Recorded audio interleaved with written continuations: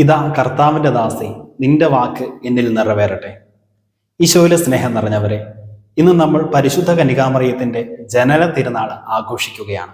ദൈവത്തിന്റെ രക്ഷാകര രഹസ്യങ്ങളിൽ മുഖ്യ പങ്ക് വഹിക്കാൻ പരിശുദ്ധ മറിയത്തെ ദൈവം തന്നെ പ്രത്യേകം തെരഞ്ഞെടുത്ത് ദൈവമാതാവാക്കുകയും പിന്നീട് ലോകത്തിന്റെ രക്ഷയിലെ സഹരക്ഷകയാക്കി മാറ്റുകയും ചെയ്തു.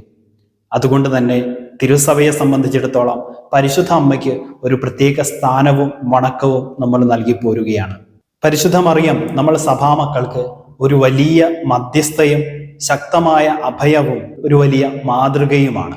പരിശുദ്ധ മറിയത്തിന്റെ ജനനത്തെക്കുറിച്ച് വിശുദ്ധ ഗ്രന്ഥത്തിൽ ഒരിടത്തും നേരിട്ടുള്ള വെളിപ്പെടുത്തലുകളില്ല. പക്ഷേ പരിശുദ്ധ അമ്മയുടെ ജനനവും ബാല്യവും അവരുടെ മാതാപിതാക്കളായ യോവാക്കിമിന്റെയും അന്നായുടെയും ജീവിതത്തെക്കുറിച്ചൊക്കെ അപ്പോക്രിഫിക്കൽ ഗ്രന്ഥമായ യാക്കോബിന്റെ സുവിശേഷത്തിൽ വളരെ വ്യക്തമായിട്ട് വിവരിക്കുന്നുണ്ട്. യാക്കോബിന്റെ സുവിശേഷം തിരുസഭയുടെ കാനൂനിക ഗ്രന്ഥങ്ങളിൽ ഇടം നേടിയിട്ടില്ലെങ്കിലും തിരുസഭ അതൊരു വലിയ പാരമ്പര്യമായിട്ട് ഇന്നും സ്വീകരിച്ചു പോരുകയാണ്. യാക്കോബിന്റെ സുവിശേഷം അനുസരിച്ച് യോവാക്കിമും അന്നായും ദൈവത്തോട് വിശ്വസ്തത പുലർത്തി ജീവിച്ചിരുന്ന ഉത്തമ ദമ്പതിമാരായിരുന്നു. സമൂഹം മുഴുവൻ അവർക്ക് വലിയ സ്ഥാനവും നൽകിയിരുന്നു. പക്ഷേ അവർക്ക് കുഞ്ഞുങ്ങളില്ലായിരുന്നു. എന്നാൽ അവരുടെ വാർദ്ധക്യത്തില് ദൈവം ഒരു പെൺകുഞ്ഞിനെ നൽകി അവരെ അനുഗ്രഹിച്ചു. ആ പെൺകുഞ്ഞാണ് പരിശുദ്ധ കന്യകാമറിയം. പൂർവ്വപിതാവായ ഇസഹാക്കിന്റെയും പ്രവാചകനായ സാമുവേലിന്റെയും യേശുവിന് വഴിയൊരുക്കാൻ വന്ന സ്നാപക യോഹന്നാന്റെയും ജനനത്തോട് സാമ്യമായ രീതിയിൽ തന്നെയാണല്ലോ പരിശുദ്ധ കന്യാമറിയത്തിന്റെ ജനനവും. ദൈവത്തിന്റെ രക്ഷാകര പദ്ധതിയിൽ പങ്കാളികളാകാൻ ദൈവം പ്രത്യേകം തിരഞ്ഞെടുത്തവരുടെ ജനനം ഒരേ രീതിയിൽ ദൈവം തന്നെ ക്രമീകരിച്ചിരിക്കുകയാണ്. എങ്കിലും പരിശുദ്ധ കന്യകാമറിയത്തിന് മറ്റുള്ളവരുടെ ജനനത്തേക്കാൾ വലിയൊരു പ്രത്യേകത നമ്മൾ കാണുന്നു. ആദ്യം മുതലേ ദൈവം മുൻകൂട്ടി അവളെ ദൈവമാതാവാകാൻ തിരഞ്ഞെടുത്തിരുന്നു. അമ്മയുടെ ഉദരത്തിൽ ഉരുവാകുന്നതിന് മുൻപേ ഉണ്ടാകാവുന്ന ഉത്ഭവ പാപത്തിന്റെ കറയിൽ നിന്നും അവളെ ദൈവം പ്രത്യേകം മാറ്റി നിർത്തിയിരുന്നു. ഇതാണ് നമ്മൾ വിശ്വസിക്കുന്ന പരിശുദ്ധ കന്യാമറിയത്തിന്റെ അമലോത്ഭവം. 4-ാം നൂറ്റാണ്ടിൽ ജീവിച്ചിരുന്ന സഭാപിതാവായ വിശുദ്ധ അംബ്രോസ് പറയുന്നു, പരിശുദ്ധ കന്യകാമറിയം പാപത്തിന്റെ എല്ലാ കെണികളിലും നിന്ന് വിമുക്തയായിരുന്നുവെന്ന്. ഇത് തന്നെ 9-ാം പിയൂസ് മാർപ്പാപ്പ 1854 തിരുസഭയുടെ ഒരു വിശ്വാസ സത്യമായി പ്രഖ്യാപിക്കുകയും ചെയ്തു. തിരുസഭ പഠിപ്പിക്കുക ഇപ്രകാരമാണ്: മനുഷ്യരക്ഷകനായ യേശുക്രിസ്തുവിന്റെ യോഗ്യതകളെ കുറിച്ച് ദൈവത്തിന്റെ കൃപയാൽ പരിശുദ്ധ കന്യകാമറിയം അവളുടെ ഉത്ഭവം മുതലേ എല്ലാ പാപത്തിന്റെ കറകളിൽ നിന്ന് വിമുക്തയാക്കപ്പെട്ടിരിക്കുന്നുവെന്ന്. പ്രിയമുള്ളവരെ, പരിശുദ്ധ അമ്മയുടെ ജനനം വെറുമൊരു സാധാരണ പെൺകുട്ടിയുടെ ജനനമായിരുന്നില്ല. ദൈവത്തിന്റെ രക്ഷാകര പദ്ധതിക്ക് വേണ്ടി തിരഞ്ഞെടുക്കപ്പെട്ട ഒരു പ്രത്യേക ജീവന്റെ ആഗമനമായിരുന്നു. പരിശുദ്ധ മറിയത്തിന്റെ ജനനം നമ്മളെ 2 കാര്യങ്ങളാണ് ഓർമ്മപ്പെടുത്തുന്നത്. ഒന്നാമതായി, മറിയത്തെ പോലെ നമ്മളെയും ഒരു പ്രത്യേക നിയോഗം ഭരമേൽപ്പിച്ചാണ് ഈ ഭൂമിയിലേക്ക് ദൈവം പറഞ്ഞു വിട്ടത്. ജെറമിയ പ്രവാചകനോട് ദൈവം പറഞ്ഞതുപോലെ, അമ്മയുടെ ഉദരത്തിൽ ഉരുവാകുന്നതിന് മുൻപേ ഞാൻ നിന്നെ അറിഞ്ഞിരുന്നു, നീ ജനിക്കുന്നതിന് മുൻപേ ഞാൻ നിന്നെ വിശുദ്ധീകരിച്ചുവെന്ന് നമ്മളോടും പറയുന്നു. പരിശുദ്ധ അമ്മ തന്റെ ഉദരത്തിൽ യേശുവിന് ജന്മം നൽകിയതുപോലെ നമ്മൾ ഓരോരുത്തരും നമ്മുടെ ഹൃദയത്തിൽ യേശുവിന് ജന്മം നൽകണം. അതാണ് നമ്മുടെ ഓരോരുത്തരുടെയും ദൗത്യം. നമ്മുടെ സംസാരത്തിലൂടെ, നോട്ടത്തിലൂടെ, പ്രവൃത്തിയിലൂടെ, ജീവിതത്തിലൂടെ മുഴുവൻ ഈശോയ്ക്ക് ജന്മം നൽകണം.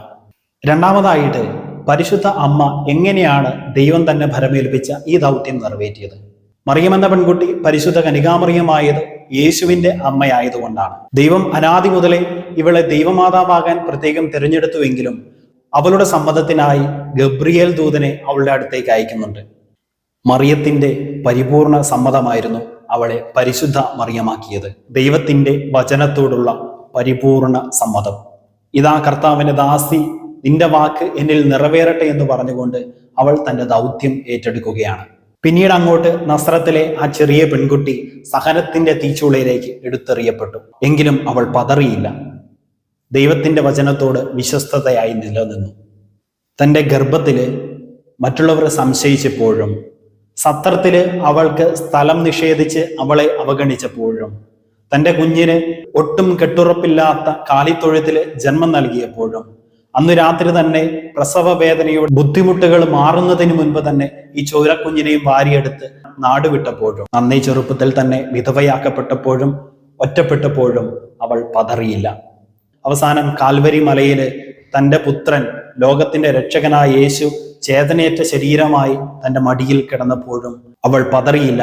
അപ്പോഴും അവളുടെ ഹൃദയത്തിൽ കർത്താവേ, നിന്റെ ഇഷ്ടം എന്നിൽ നിറവേറട്ടെ എന്ന പ്രാർത്ഥന മാത്രമായിരുന്നു.